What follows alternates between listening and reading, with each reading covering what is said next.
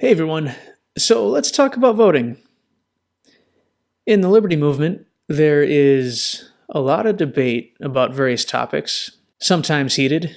It being an election year for the highest office in the land, the hot topic nowadays is voting. And I've seen a number of places where this debate has gotten pretty heated. And interestingly enough, the one I have in mind right now is a debate between anarchists, two different ANCAPs. One being in support of voting and the other not. And so I'd like to take an opportunity to weigh in on this debate. But first, to kind of lay the groundwork real quick, I would like to go through 3 reasons why you shouldn't vote and 3 that you should. So let us begin. You should not vote because voting is the initiation of force. The very act of electing a politician into office guarantees that they will be using the force and violence of government to violate people's individual rights. This is because government is predicated on the idea that it has the ability to violate rights in order to maintain order or to reach an end. And so voting for somebody to take the helm of this organization or a part of it is the equivalent of the initiation of force. Point 2, your vote doesn't count. And not in the strict sense that, you're only one person in millions or thousands or whatever number of people that are voting, and you're just one in a sea of votes. It's a little more fundamental than that. And that is that the candidates are pre-chosen for us by the establishment and the big money. Candidates typically win office when they have more money than the other candidates. I believe I read it was like 95 to 98% of the time, the candidate with the most money wins. And how do candidates get the most money? It's not usually from getting money from individual supporters and voters. It is usually from big money donors. And the way you get money from those guys is you promise things to them. You promise them advantageous legislation or tax breaks or what have you. And so fundamentally, if you don't have an impact in deciding who runs for office, and those are chosen for you, well then you have the illusion of choice, my friend, and your vote doesn't matter. Reason number 3 is that you can't change the system from the inside. I've heard people compare the government to the mafia, which I think is a pretty accurate comparison when you look at the fundamental underpinnings of those two organizations. Now, right, the intention between the two is different, or at least the baked-in premise is different, but the means are largely the same. So what does the government do and the mafia do that is similar? Well, they demand money from you in order for services and protection. And if you don't pay the money to either of these organizations, they will imprison you and take your property, and you very well could be injured in the process. And that is true in both the government and the mafia. And the idea here is that would you join the mafia in order to change it from the inside? No right-thinking person would do this. And so the same argument goes with the government.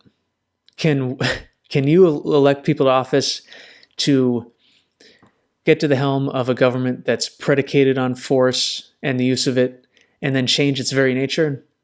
Not so much. It's like changing the drapes in a house. Fundamentally, nothing is different. Nothing can change. Okay, I believe that wraps up the reasons why you should not vote. Let's move into why you should vote. Number 1, voting can be defensive. The NAP does not bar defensive actions, and so if you vote for increased freedom, or if you vote for things that do not impose limitations on your fellow individuals, well then that is not fundamentally immoral. I say this because you can vote for ballot initiatives at the state and local levels, whether it's to vote down a tax or vote down a legislation that will decrease freedom.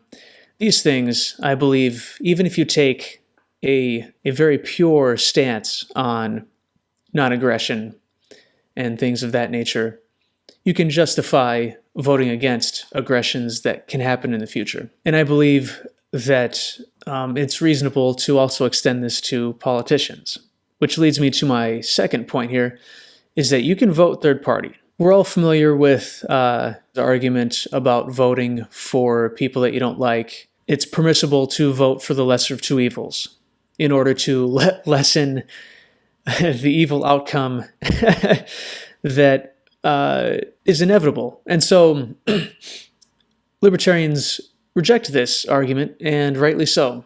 But that's operating under the assumption of the false dichotomy of choice when it comes to Republicans and Democrats. We all should know that the political spectrum does not go from left to right, Democrat to Republican. It goes from freedom to central planning. It goes from freedom to authoritarianism. And so if there is a candidate that is actually more pro-freedom than the system, or sufficiently pro-freedom, it is permissible to vote for them. That's the Libertarian Party.